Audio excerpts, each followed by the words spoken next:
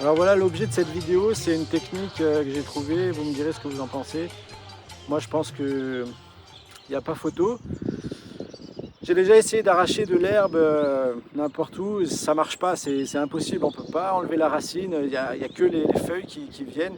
Vous savez, on peut voir là, il y a de l'herbe partout. Si vous essayez de l'arracher, c'est pas possible, c'est trop dur, c'est impossible. Et même avec une pioche, déjà, c'est pas facile, alors sans pioche, Par contre, moi, ce que j'ai fait l'année dernière, en été, donc au moment de planter des choses, hein, ce que j'ai fait, j'ai couché toute l'herbe, voir que l'herbe elle était plus haute que moi, elle faisait plus de 2 mètres, quoi, enfin, ou 2 mètres à peu près. Et en fait, j'ai piétiné, ça va très très vite, hein, piétine la zone, boum boum. Et du coup, ça fait un tapis. Et en fait, pendant quelques mois, il n'y a plus rien qui pousse. Ça commence à sécher. Et puis, une fois que c'est bien sec, les graines de ces herbes que j'ai couchées, elles ont commencé à germer dans ce tapis. Et ce qui s'est passé, c'est que maintenant on est en mars, donc j'ai fait ça en été dernier. Là on est en 22-23 mars, quelque chose comme ça. Et ce qui se passe, c'est que ce tapis là, avec toutes les graines, les racines sont dedans, et c'est incroyable. Je soulève le tapis, il y a les racines, il y a les vers de terre qui sont là, qui sont en train de manger la matière organique, qui nourrissent la terre et les racines, voilà, ils sont à leur place. Et le tapis, il s'enlève, il s'enlève, il s'enlève. Je peux peler la terre comme ça. Et l'herbe, comme par magie, elle s'enlève. Et le sol en dessous, il est clean, clean, clean. Et je trouve ça fabuleux parce que j'ai besoin de planter. Et voilà. Et en plus, la terre, elle est très très molle ici. Je peux rentrer mon bras dedans. Un jour, j'ai essayé de casser une branche. J'avais un tronc comme ça. Je l'ai posé par terre. Il y avait une branche ici. J'ai voulu casser avec le pied. C'est rentré dans le sol, ça a tapé un caillou, sinon ça se serait jamais arrêté. C'est pour vous dire comment le sol il est mou, presque c'est des sables mouvants quoi. Et par contre quand il n'est pas trop mouillé, il est granuleux, et très homogène. J'y connais rien en sol, j'ai pas fait d'analyse. Mais il y a des gens qui analysent le sol par rapport aux plantes, par rapport à d'année en année, quelles plantes apparaissent, disparaissent, ça donne la nature du sol, l'évolution du sol, vers quoi tend notre sol, et puis surtout, quel est son état présent. Ça, il faut regarder, je vous invite, c'est qui parle de ça? C'est Rémi Kulik, il a le piston, le tuyau, alors je l'aurai pas, peut-être je vous le mettrai dans les commentaires si je retrouve, mais c'est intéressant je trouve d'avoir cette connaissance pour savoir tout de suite le sol, surtout d'année en année en fait. Plus on reste d'année en année, plus on saura précisément le sol, quoi. Les plantes indicatrices, en fait c'est pas compliqué, hein. Un sol qui est acide, il ne pourra pas faire pousser des plantes qui n'aiment pas les sols acides. Un sol qui n'est pas acide ne pourra pas faire pousser des plantes qui aiment les sols acides. Et donc suivant qu'est-ce qu'on va mettre, on a parlé de mettre beaucoup d'azote, c'est bien pour le potager, mais par contre pour la prairie, c'est pas bien parce que les plantes elles sont pas habituées à recevoir de l'azote. Je veux dire, dans un système naturel, l'azote c'est plutôt du carbone, de la matière. C'est-à-dire que les plantes elles arrivent à terme avant de tomber au sol la plupart du temps, ou alors elles sont mangées et puis c'est sous forme de fumier. À ce niveau-là, c'est de l'azote, mais c'est aussi beaucoup de matière organique parce que les animaux digèrent et ils laissent beaucoup de matière organique dans leur digestion. Donc un système naturel, il a plutôt l'habitude de recevoir du carbone, de la matière dure, de la paille, quoi, mais pas du gazon très mou, qui est beaucoup plus riche en azote. Et donc, si on commence à tondre notre pelouse, par exemple, et à laisser l'herbe fraîche comme ça d'année en année, on n'aura plus aucune fleur naturelle qui vont pousser, elles vont toutes se barrer. C'est là qu'on voit les plantes qui indiquent, les plantes indicatrices, on voit bien que ça peut indiquer voilà, l'état de notre sol. Donc le système il est fait pour fonctionner, il a une manière de fonctionner. Les plantes attirent des pollinisateurs qui attirent des prédateurs. Et donc c'est un système. Mais si on connaît ce système, on peut pas faire mieux. Le système il est. Vous pouvez demander à n'importe quel agronome, il ne produira jamais un système qui est plus productif qu'un système naturel. Une forêt, la forêt c'est le système qu'on observe sur l'échelle de la planète qui est le plus productif. On ne peut pas produire plus. Donc en parlant de la forêt, on sait qu'on peut récolter le bois sans perturber le sol en fait. Le sol est maintenu uniquement par les feuilles des arbres. Donc c'est la différence entre les plantes ligneuses donc qui font du bois, contrairement aux plantes non ligneuses qui ne produisent pas de bois. c'est que d'année en année, elles produisent du bois, quoi. Elles restent là d'année en année. Même il y a des plantes vivaces, mais qui ne vont pas produire du bois, pas beaucoup, quoi. En tout cas, plus elles vont produire du bois, enfin après il faut regarder, mais en tout cas il y a une proportion de choses qu'on peut récolter. Par exemple, sur un champ de blé, une monoculture de blé, on n'est pas censé enlever la paille, quoi. Aujourd'hui, on voit qu'on peut retirer toute la paille, et en fait, ça va appauvrir le sol, parce que le sol, les plantes mangent quelque chose dans le sol, et en fait, ce qu'il faudrait, c'est que la plante, on récolte le blé, mais il faudrait laisser la paille sur le sol pour que le sol puisse s'enrichir, ou au moins ne pas se détériorer. Mais là, quand on enlève tout, le sol s'appauvrit, surtout si on laboure. Le labour, c'est vraiment très... Ça, le labour, il ne faut pas le faire trop souvent et trop profond, quoi. De temps en temps, ça va, mais pas profond, 4-5 cm ou je sais pas, 10 cm, mais pas plus, quoi. Et surtout, pas tous les ans. C'est bien au début d'installer une culture et puis après on ne le fait plus. La première année, ça booste le système, mais d'année en année, si le système n'a pas le temps de se refaire, eh ben, il se détériore. Il faut lui laisser le temps de se refaire et pour pas qu'il se détériore, quoi. Vous pouvez regarder Marc-André Sellos, il explique très très bien ça. Je vous mettrai une vidéo, alors là c'est fabuleux. Lui, il explique tout, vous comprenez tout comme ça. Waouh, waouh. C'est vraiment incroyable. Et donc le système, voilà. En fait, si s'il est pas, enfin, s'il y a bien tous les éléments, les bons insectes, enfin, je veux dire, voilà, si on ne se bat pas contre le système pour retirer des choses qu'on n'aime pas, pour mettre des choses qu'on veut et vraiment qu'on s'adapte, on comprend le système, ok, il y a tel type de plante, bon, je vais commencer avec tel type de plante, des plantes racines, et puis en fait, naturellement, le climat va changer, en fait, si on laisse un biotope, donc un biotope c'est un endroit quoi, et il va croître vers un climax. Le climax, c'est le point, c'est la forêt par exemple.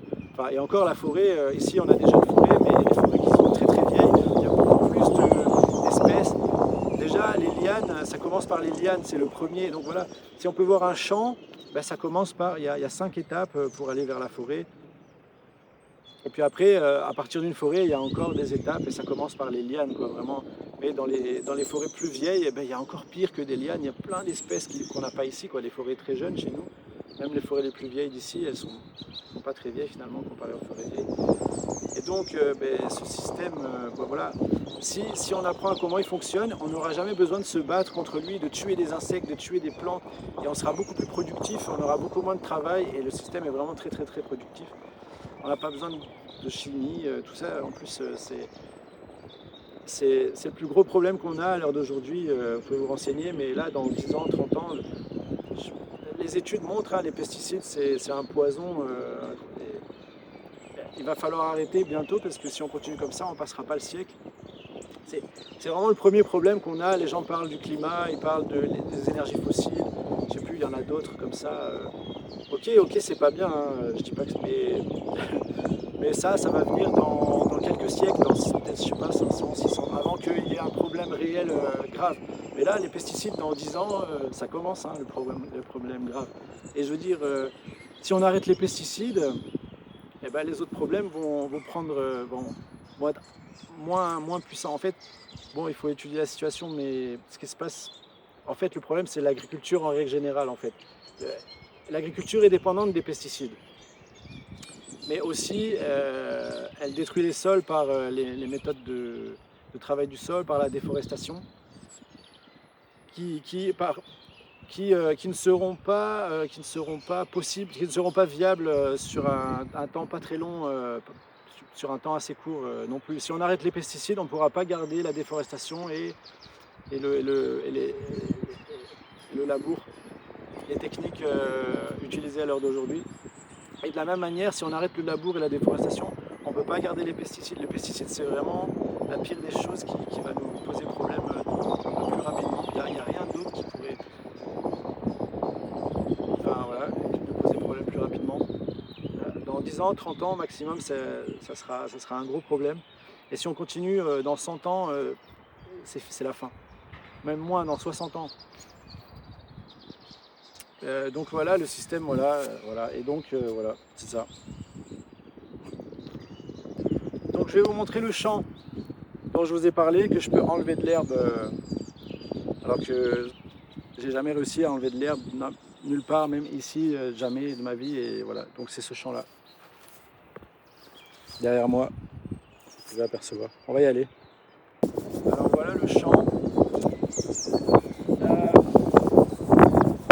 C'est un champ où il y a un énorme arbre, je pense que c'est un érable, on peut voir cet arbre-là, à cause de lui, à cause de ses racines plus particulièrement, moins de son feuillage, j'imagine, qui fait de l'ombre, certes, mais on peut voir l'exposition côté ouest, qui est, semble-t-il, plutôt bonne. Donc là, c'est l'est, on a le sud là-bas.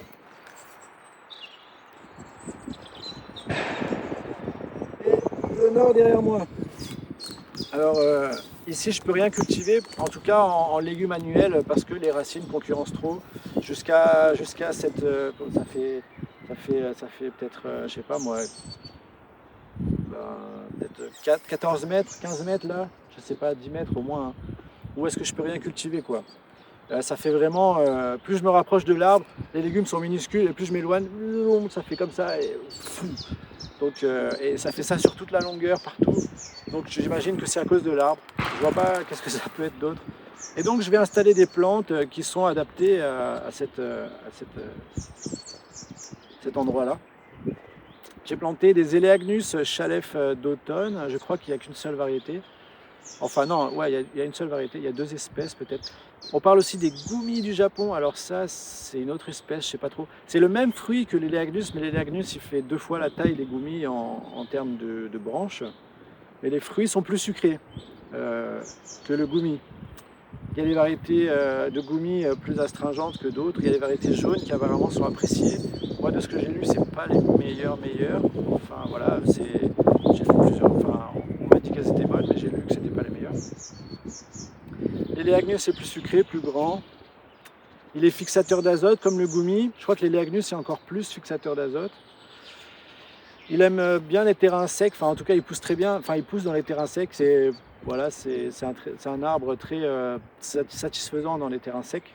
Il pousse aussi à peu près partout, il est moins résilient, je sais pas ce que ça veut dire résilient en fait, mais il est il s'adapte moins à tous les sols que, comment il s'appelle celui-là, la mélanchier. La mélanchier, bon il y a 3 espèces, il y a 26 espèces, mais il n'y en a que 3 qui sont vraiment très très bien cultivées, qui ont été sélectionnées d'année en année pour améliorer les variétés. Ouais, c'est ça, les variétés ou l'espèce. Donc c'est Ovalis qui est apparemment la meilleure en termes de goût. Il y a l'autre qui est Canadensis, donc du Canada, qui est très bonne aussi. Je crois que c'est celle-là qui s'adapte le mieux à tous les sols. Celle-là, elle s'adapte partout, elle est magnifique. C'est vraiment une plante, c'est une star, quoi. Elle est très beau, il est très bon. Ça fait des myriades de fruits qui ressemblent comme 2 gouttes d'eau à la myrtille. Suivant les variétés, ça ressemble plus ou moins à la myrtille. Il y a peut-être différentes couleurs. Il y en a qui ne sont pas très bonnes. Et en fait, quand on fait des semis de cet arbre-là, ben c'est un peu comme la pomme, ça va donner un truc qui n'est pas fidèle de semis, ça va pas donner exactement le même fruit. Mais donc il y en a quelques-uns qui ne sont pas très bons, mais la plupart sont assez bons. Voilà pour voilà. Donc ici, je vais planter des menthes, des mélisses et de la consoude pour la biomasse. Ça, c'est pour l'été. En hiver, je vais mettre asperges, blettes et cochléaires. Les 3 dernières là que j'ai dit, c'est les plantes pour faire des bons repas, quoi. La cochléaire, c'est plutôt un condiment, ça a un goût d'ail, mais elle est très bien pour la biomasse. Elle s'adapte bien avec la blette et les asperges en association. Je vais mettre aussi du pourpier d'hiver. Donc le pourpier d'hiver, il aime bien le soleil, il supportera l'ombre. On peut voir à l'ombre, il va faire des tiges plus fines et des feuilles moins larges. Mais il va pousser quand même. Lui, il se ressème très facilement, il couvre le sol. Je ne sais pas si vous connaissez le pourpier, c'est sympa. C'est bon pour la santé. Je crois qu'il ne faut pas en abuser, mais on peut en manger. Faut faut pas en manger que ça, il me semble. Un petit peu comme l'ortie, bon après il faut faire vos recherches. Mais le pourpier, il y a plusieurs espèces. Celle-là, c'est une espèce qui aime bien. Il pousse en hiver, pourpier d'hiver, et donc on peut le récolter en hiver, c'est sympa. Ça fait un couvre-sol qui aime plutôt bien le soleil. Je vais le planter du côté ouest. À l'est, je vais plutôt des poussous pour le côté ombre. J'ai mis aussi des fraisiers Pink Panda. Alors le Pink Panda, il fait des fraises des bois énormes, gros comme ça. Elles sont les meilleures du monde. Bien que les fraises, il y a d'autres variétés qui sont excellentes. Et celles-là, elles sont vraiment excellentes. Mais par contre, il n'y en a que 2 ou 3 sur le mètre carré, quoi. Donc c'est vraiment des pépites. Je sais pas, peut-être il faut faire des recherches pour savoir comment les faire mieux fructifier. Ça, je n'ai pas encore fait des recherches. Mais d'après mes sources actuelles, c'est difficile. Mais enfin, j'ai pas fait de recherche justement. Mais je sais que la personne qui m'a fait découvrir, elle a dit que, ben voilà, ce que je vous ai dit. Et donc celui-là, il va tapisser le sol à une vitesse incroyable, il va faire des stolons et il va faire des myriades de plantes pour couvrir le sol. Je vais l'associer avec du trèfle associé, pardon. Du trèfle, on peut mettre trèfle jaune, trèfle blanc, nain. Donc ça, c'est les couvre-sols qui vont être utiles en hiver pour pas que l'herbe revienne. Vous n'aurez plus besoin de désherber. En plus, ils ont des actions de travail du sol avec leurs racines et d'enrichissement, parce qu'ils vont, c'est les fixateurs d'azote, encore une fois, pour le trèfle, hein, je parle. Après, ça dépend des trèfles. Bon, il y a du trèfle rouge qui va faire une trentaine de centimètres, qui va plutôt concurrencer les fraisiers plus que les autres trèfles qui sont plus petits, ils font une dizaine de centimètres, qui peuvent toujours concurrencer le trèfle si vraiment ils s'expandent trop, mais ils sont très faciles à enlever. Il y en a, voilà, le trèfle blanc, il y a le nain et il y a le normal. Le nain, il est vraiment au ras du sol. Comme le trèfle jaune, il va faire un tapis très dense par stolon et par semis. Donc ça, c'est le trèfle blanc nain. Et le trèfle blanc, je crois qu'il a... Non, voilà, le trèfle blanc, il a un système racinaire très superficiel. Donc il ne va pas avoir des racines très concurrentes avec les autres. Il fait une dizaine de centimètres. Le blanc nain, il va être beaucoup plus dense, donc un chevelu racinaire beaucoup plus dense. Voilà. Mais celui-là, il est vraiment au ras du sol, il fait 2-3 cm, quoi. Et le jaune, lui, il a des racines profondes, c'est celui qui a les racines le plus profondes. Voilà, à étudier. Le trèfle blanc normal, il semble vraiment être un atout idéal. Le trèfle jaune, il se ressème uniquement par semis. Il peut vraiment être envahissant, mais il ne va pas faire des stolons, ça va être uniquement des semis, quoi. Voilà, donc tout ça, ils sont fixateurs d'azote. Ils vont couvrir le sol, donc il n'y a jamais d'herbe qui va revenir. C'est intéressant. On peut mettre des plantes en bordure, des plantes à biomasse, des plantes pour éviter que l'herbe revienne. Et puis après, il y a d'autres plantes comme la sauge ou ce genre de... qui vont vraiment avoir des attributs qui repoussent carrément l'herbe, pas qui les empêchent de passer par leur structure de feuillage, mais carrément qui ont qui vont boxer l'herbe carrément par d'autres, je sais pas, des substances qui dégagent, des choses comme ça. Par exemple, il me semble la sauge, il y en a d'autres, mais celles-là sont bien à mettre en tour du jardin. Voilà, j'avais une autre plante, mais je ne sais plus trop. Donc voilà, on va montrer la technique.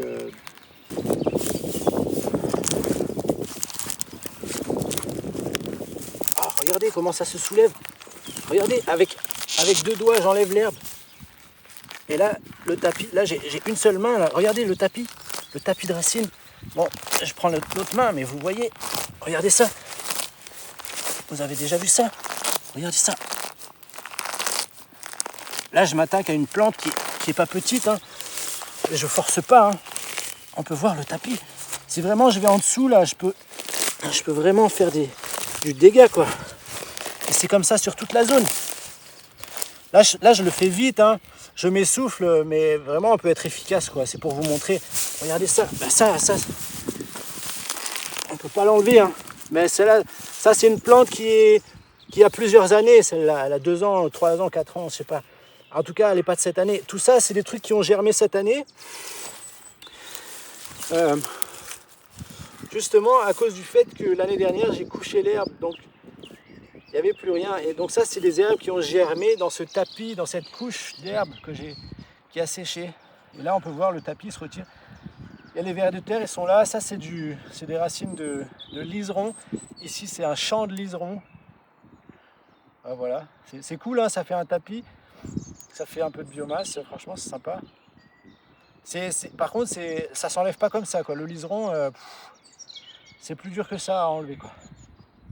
Mais ça fait des fleurs magnifiques, blanches. C'est un peu un toxique, c'est un poison, je crois, ou c'est un hallucinogène, je sais pas, un truc comme ça. Donc ensuite, moi, ce que je fais, bon, ben là, l'herbe, elle est très mouillée. Il a plu aujourd'hui. Tout à l'heure, on a commencé la vidéo sous la pluie. Ben, en fait, je prends la touffe, je secoue comme ça. Normalement, la terre est plus sèche, donc ça tombe, la terre tombe. Et puis, ce que je fais, ben là, on peut voir, c'est très facile. Bon, le problème, c'est que les herbes, elles vont continuer à pousser. Donc ça, je le laisse comme ça. Ou alors, en tout cas, je ne le mets pas là, parce que les plantes, la bout de racine qui reste, ça va repartir. Donc je le mets en surface de quelque chose. Et par exemple, moi, ce que j'aime bien faire, donc là, je fais comme ça, je sais pas, je me débrouille, je fais un truc, et hop, et je couvre mon sol comme ça.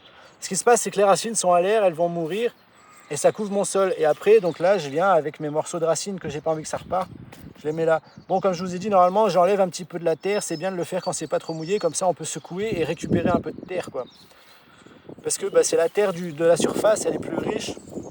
Ici, elle va cuire au soleil, elle va perdre. Donc c'est bien de mettre de la paille toujours pour conserver la vie en fait qui va se faire dessécher par le soleil, quoi. Et donc un petit truc aussi, c'est ne plantez pas vos arbres trop profonds. Là, ce qui m'est arrivé, moi, j'ai fait un trou.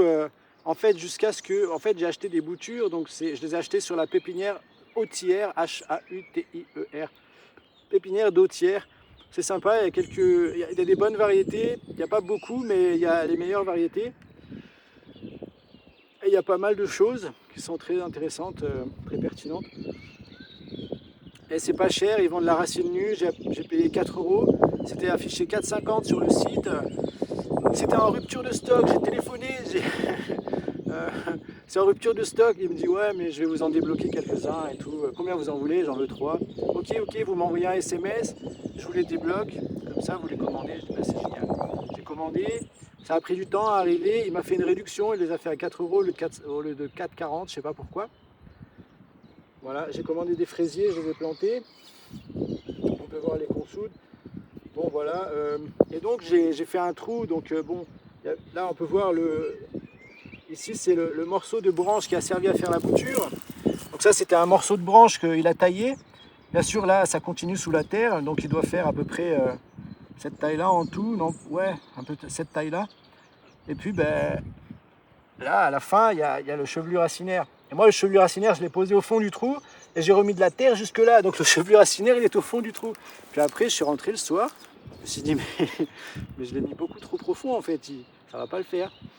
Et en fait ce qui m'a induit en erreur c'est que lui dans sa pépinière il a dû, parce que bon il doit le faire il a des milliers d'arbres et en fait ce qui s'est passé c'est qu'il a dû couvrir un peu le tronc avec de la paille ou je sais pas avec de la terre, je sais pas.